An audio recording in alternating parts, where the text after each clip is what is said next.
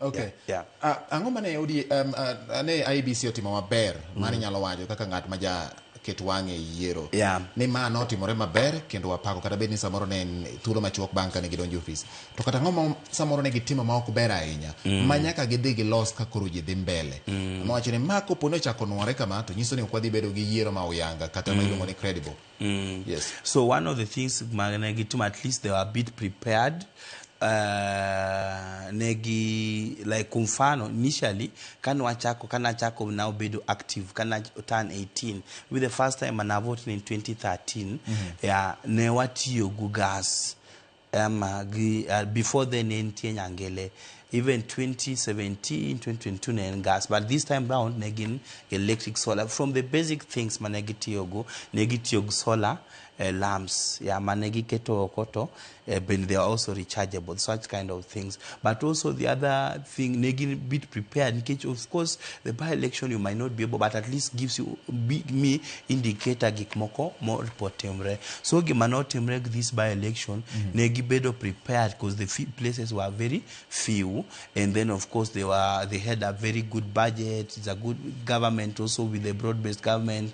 Negi tiyo kanyakla, so they also try to do things. But come IEBC failure give a budget momegima civic education, so that civic education was not properly conducted. Alafu kata even the resources manomegi kwa mfano kani the most station inwango gimoka pesa nekuti kaka not pobit kaka nyo reflector jackets inwango ngatorwa ko reflector jacket machon ma 2017 moroma ink no oe moroma oyoyo no chamo ineno gikmoko kamago koro pesa mano kit no the kanye. So such kind of things, and then also it needs to improve on training kero gikaka ji gikaoji ya alafu jomagi matio from the clerk, from the queuing clerk, the DPO, that is the deputy presiding officer, the polling clerks, the PO, the presiding officer, even the sets magengo, even right now kaka mfano registration matimono, that's what counts. So right now IEBC also is not doing a lot in terms of educating voters or wananchi nuachango mondo gikao ombolo. So most of us gin manatire gi operate office, and then they also don't stick to their hours 8 to 5. But also, some of those officers or IEBC should go an extra mile. Nikech ki nitiyoka. Donge sani podin ka ridonjo 8 to 5. Ki work 5 ka, ki the office mara IEBC, inauka gise loro. Especially ngamatiyo muhindi kwa mfano, wanjo mukuru kwa Ruben, wanjo pipeline maradaima kuare, kuma imbakasi south kaza kumawuki. Kuru mano industrial ereng, mihindi kanweni, ini wogi teach. I might be late in the Idi kaombolo. Ibo goi fine ama ibo futi teach. Tonging ama do a risk. Ngenwango teach okiyot. So now IEBC could also start like weekends, holidays. Jikidhiga teach. Koro gibende or kirigiti banking hours. Yeah. So begin or begin extra mile.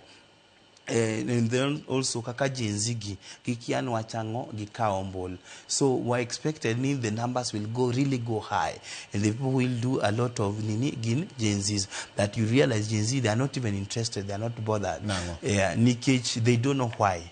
They should take gikaombolu.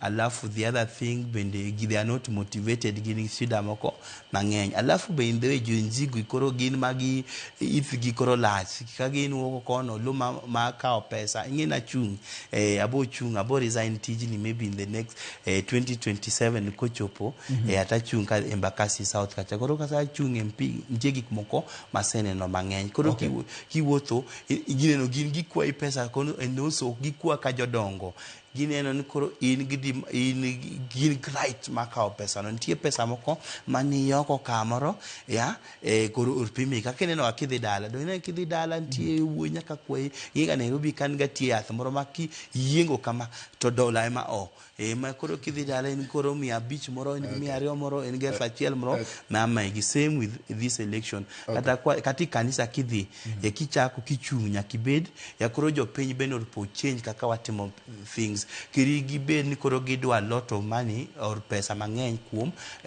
josiasa. Koro ka gikawo pesano, josiasa kosechopo, gima gibod wacho ni koro pesa mana tiyogo milion 50 chande ama 80 chande nyaka duok mondi aka chak tiyo nigi tich. Jared,